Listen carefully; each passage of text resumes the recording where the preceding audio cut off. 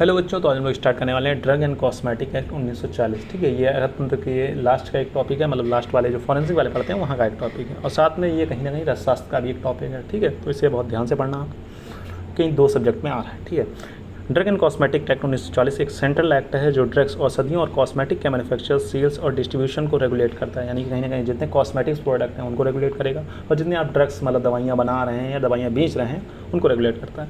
इस एक्ट के अंतर्गत कई शेड्यूल्स दिए गए हैं जो अलग अलग तरह की दवाइयों और केमिकल्स के बारे में बताते हैं, जिनमें कुछ डायरेक्टली पॉइजनस सब्सटेंस से जुड़े हुए हैं। मतलब कोई पॉइजनस सब्सटेंस है तो उसे कितना देना है और कहाँ पर वो मिलेगा। जैसे भांग हर जगह नहीं मिल जाएगी आपको, भांग धतूरा।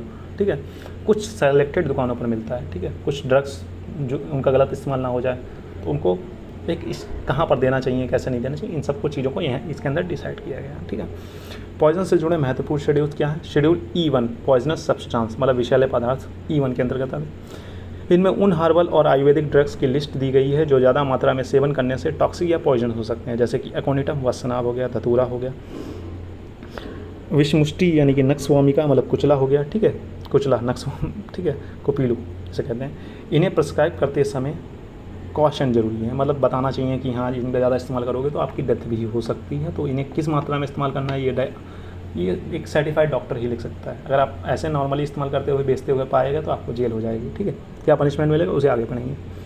निमोनिक्स ADV के आयुर्वेदिक ड्रग्स वेरी ए मतलब एकोनिटम, डी से धतूरा, वी से विषामुष्टि, के से कोपीलू। ठीक है, तो शेड्यूल H ड्रग्स में प्रिस्क्रिप्शन ड्रग्स यानी डॉक्टर की पर्ची से मिलने वाली दवाई। प्रिस्क्रिप्शन इसमें वो ड्रग्स होंगे बिना डॉक्टर की पर्ची आपको दवाई लेने जाओगे तो आपको नहीं दी जाएंगी।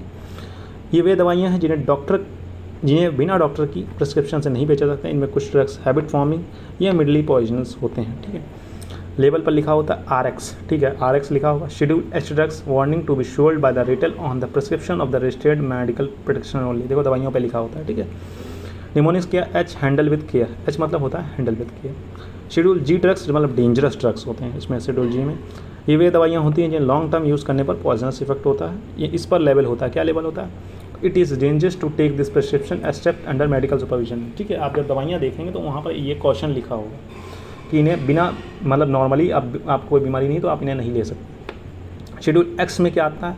Narcotics and psychotropic substance, high potential of for abuse, नशे की लत और आदत लगा देंगे। Strict control under NDPS national drug, ठीक है, national drugs control act, narcotic drugs and psychotropic substance act के अंतर्गत ये आता है। ठीक है, इनकी बिक्री और रख रखाव के लिए लाइसेंस आवश्यक है। अगर आप नारकोटिक ड्रग कोई भी बेच रहे हैं तो लाइसेंस आपको बहुत जरूरी है। ठीक है, निमोनिक्स क्या? S से एक्स्ट्रा केयर करनी। पनिशमेंट पॉइजनस सब्सटेंस को गलत तरीके से बेचने, बिना प्रिस्क्रिप्शन के देने या ओवर ड्यूज करने पर लीगल एक्शन लिया जा सकता है। मैन्युफैक्चरर्स और डीलर्स को रूल्स और शेड्यूल्स का पालन करना जरूरी है, नहीं तो आपको जेल में डाल दिया जाएगा और आपके पास जुर्माना अलग से बैठाया जाएगा। ठीक है, अगर पेशेंट की अगर मृत्यु होती है तो हो सकता है आपसे जुर्माना बहुत ज़्यादा मतलब 1 लाख 10 लाख तक की जुर्माना पहुँच सकते हैं। ठीक है, साथ में आपको जेल भी डालेंगे अगर आपने बिना प्रिस्क्रिप्शन के बेची और बिना रजिस्ट्रेशन के बेची। ठीक है बच्चों, तो मिलते हैं नेक्स्ट लेक्चर में, तब तक के लिए have a nice day. I hope you understand the topic.